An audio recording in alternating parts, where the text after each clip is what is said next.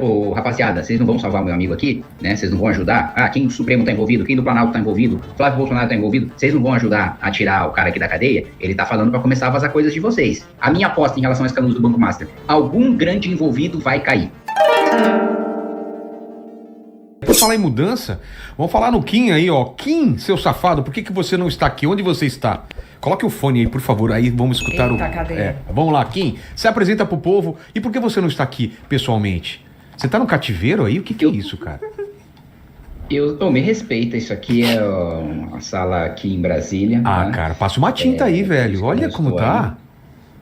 E... Bom, cara, você para de ofender seu convidado, por favor? Tá bom, desculpa. Se apresenta pro povo. Sou Kim Kataguiri, deputado federal do Partido Missão, coordenador do Movimento Brasil Livre e inimigo do Vilela e do Vorcar. Vamos começar com o Kim, que ele tem horário aí, né? Madá, Sam, vamos aproveitar o Kim aí, cara, sem puxar sardinha pro teu lado aí. Você acha que a eleição realmente mudou os rumos ou não aconteceu nada com os acontecimentos da semana passada em relação ao Flávio e ao que está acontecendo hoje, esses dias aí? Olha, é difícil não puxar a sardinha fazendo análise desse assunto, porque, sem dúvida nenhuma, essa desmoralização pública do Flávio, né, mostra que nos beneficia, porque a gente sempre falou sobre isso, né, porque a gente organizou manifestações e falou sobre escândalos de Banco Master, e, inclusive, quando teve sessão conjunta do Congresso, né, o Flávio Bolsonaro fez um acordo com o Davi Alcolumbre para que ele pautasse, né, o veto da dosimetria e não colocasse em pauta, em troca diminuísse a pressão em relação à CPMI do Banco Master, tanto que o Flávio não falou absolutamente nada, não cobrou que fosse instalada a CPMI, que é direito de minoria, que está no regimento comum do Congresso, que está na jurisprudência do Supremo. Eu ingressei com mandado de segurança, inclusive, para obrigar o presidente Davi Alcolumbre a cumprir a lei, né, e instalar a CPMI. Foi recentemente aí distribuído para o ministro André Mendonça, e eu tenho alguma esperança de que ele defira o pedido e seja instalada a CPMI. Mas, enfim, tem uma desmoralização pública do Flávio, né? Ao mesmo tempo, o Lula não pode bater com força nesse escândalo, porque você tem o envolvimento do PT da Bahia, né? A amizade já de longa data conhecida, que inclusive nós já falamos aqui, Vilela, quando eu fui aí com o Luiz França, da amizade do Augusto Lima com o Rui Costa e com o Jacques Wagner, né? Os governos petistas na Bahia que impulsionaram e que fizeram com que Augusto Lima ficasse grande o suficiente para ter o Credit Sexta, vender o Credit Sexta em troca de se tornar sócio do Banco Master, e aí uma compra de 15 milhões de reais virou um patrimônio de dezenas de bilhões de reais, né? Então, como o PT da Bahia está diretamente envolvido e como o próprio Lula teve a reunião secreta com o Daniel Vorcaro, chamou o presidente do Banco Central para servir cafezinho para o Daniel Vorcaro, chamou o ministro de Minas e Energia, chamou o ministro da Casa Civil, e ele próprio, Lula, aconselhou, vimos aí recentemente, o Vorcaro a não vender o seu banco para o André Esteves. Lula também não pode falar muito desse escândalo, então, naturalmente, quem pode falar com independência desse escândalo sai beneficiado, que é o caso do Renan Santos, da gente do Partido Missão. Então, você pediu para não puxar a sardinha, mas fazendo análise fria desse caso, não tem como não puxar, porque, de fato, todas essas revelações e mais que estão por surgir beneficiam. Agora, o PT tem um receio de destruir o Flávio cedo demais e de retirarem a candidatura do Flávio, né? Porque quando o Flávio foi escolhido o candidato do PL, o candidato dos bolsonaristas, os petistas comemoraram, né? Falaram, olha, escolheram o pior candidato de todos, né? Os petistas estavam com receio de enfrentar qualquer um dos governadores, né, que tem menos rejeição do que o Flávio. O Flávio é aquele que tem a maior rejeição, que tem o maior telhado de vidro, que tem mais escândalos nas costas, né? O bolsonarismo poderia ir com o Caiado, com o Zema ou com o Tarcísio, que teria bem menos rejeição. Escolher o pior de todos por uma decisão racional política do Bolsonaro, que se qualquer governador fosse o candidato, na eleição o Bolsonaro era absolutamente irrelevante. Se vencesse o governador, ele ia esquecer o Bolsonaro no dia seguinte, porque se o nome para a presidência da República não fosse alguém com sobrenome Bolsonaro, o Bolsonaro perderia completamente seu capital político. Então ele prefere perder a eleição para o PT e manter o PT no poder, mas preservar o seu próprio capital político, do que apoiar um candidato mais viável, mas esvaziar o seu próprio capital político. Se eu fosse advogado do Vorcaro, eu já estaria com tudo isso na mão. Começo a apertar ele, você solta um. Não saiu a delação dele, né? Não, inclusive notícia de 1h30 atrás, mais ou menos, é que ele foi transferido de cela. Então restringiram na PF lá em Brasília a visita dos advogados do Vorcaro. Não tiraram, restringiram, então diminuíram a frequência e trocaram ele de cela. Isso pode sinalizar algumas coisas. Pode ser um sinal de que não estão satisfeitos com o que o Vorcaro está entregando até agora. Lembrando que outro ponto importante, o ex-diretor do BRB, apuração da Manuela Alcântara, jornalista do Metrópolis, de que ele fechou a delação dele, então ele fechou acordo de confidencialidade com a PF e a PGR, e dependendo do que o ex-diretor do BRB entregar, pode esvaziar a delação do Vorcaro. Então existe aí uma corrida contra o tempo, que talvez essa mudança de cela seja para pressionar para o Vorcaro entregar algo mais substancial para a delação dele ser validada, porque a PF, a PGR, o próprio ministro André Mendonça podem não aceitar a delação do Vorcaro. Então, se ele entregar coisas que a PF já descobriu, ou coisas que não têm relevância, não precisa aceitar, ele vai ficar muitos anos preso a mais. Então, ele tem essa consciência e talvez o movimento seja nesse sentido, né? E ele tem que indicar alguém acima dele, né? Porque a delação só vale se você indica quem é o chefe, porque senão vai o CEO da empresa delata o faxineiro, não pode. Então, assim, quem que está acima dele?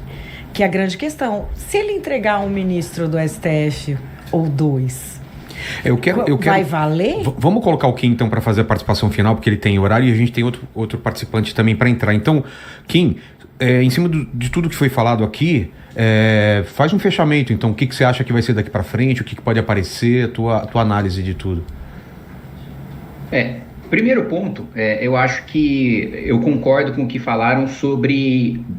Epa, tem problema na câmera aqui? Deu uma travada na sua câmera. Travada. E ainda não...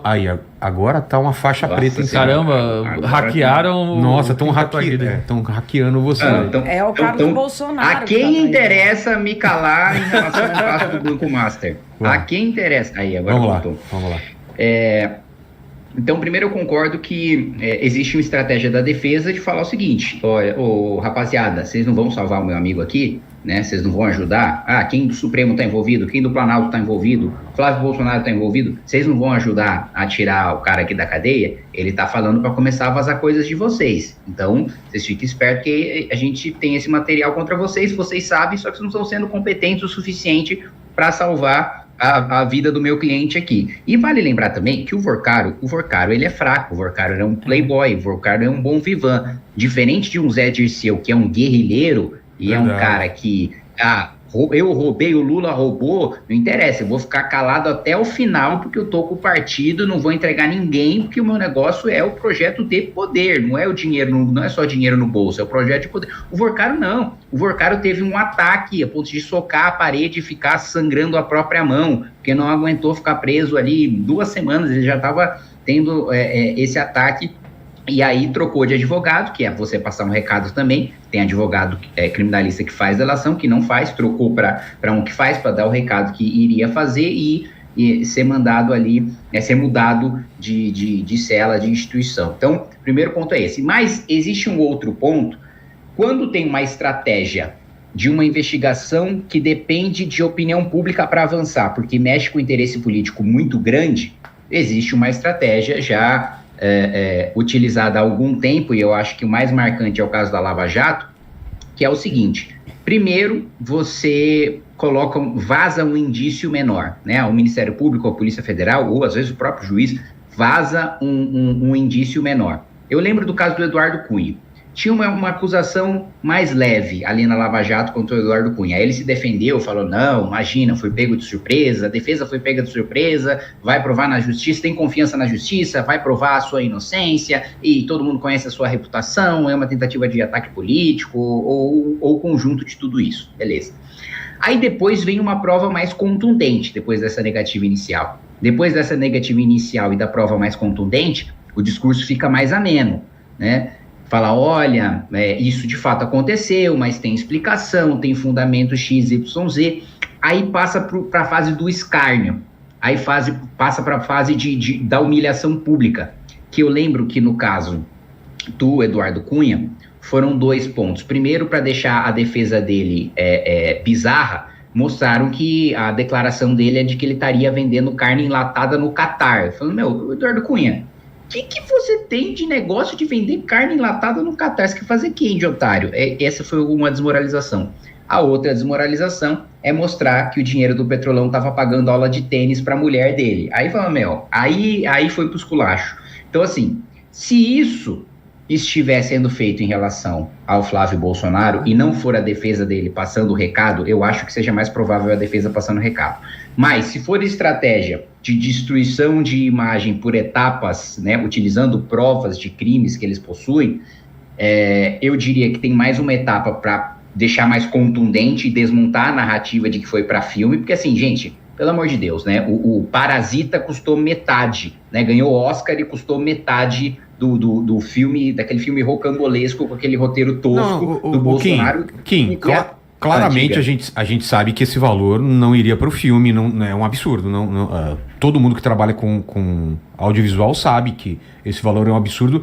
Teria que ser muito efeito especial, teria que ter um filme de época, e mesmo assim dá para fazer muito mais barato. Então, com certeza esse dinheiro ou totalmente ou parcialmente não foi pro filme, né? Sim, que a justificativa deles tem o Jim Caviezel. Eu falei, mano, calma, é o Jim Caviezel, já ninguém lembra mais dele. Não é o Pedro Pascal, né? Não é a Ana de Armas, não é a Sydney Sweeney que vocês estão contratando, calma lá, meu. Né? Então, eu acho que ainda vem uma desmoralização em relação ao verdadeiro destino da maior parte desse dinheiro. Eu diria que se tiver uma outra etapa, seria a desmoralização. Seria mostrar alguma coisa bizarra que gastaram com esse dinheiro, seria mostrar alguma coisa que deixaria tosca a defesa para finalizar a desmoralização pública. E para fechar minha participação, a minha aposta em relação ao escândalo do Banco Master: algum grande envolvido vai cair. Por quê? Porque os grandes bancos, que têm o oligopólio no nosso país, e são instituições financeiras muito poderosas, ficaram incomodadas com o Daniel Vorcaro. Porque os grandes bancos, eles fazem o lobby, eles aprovam algo no Banco Central, ou na CVM, ou no Congresso Nacional, que beneficia o seu oligopólio, e eles mantêm o seu oligopólio atuando de maneira legal da perspectiva operacional, né?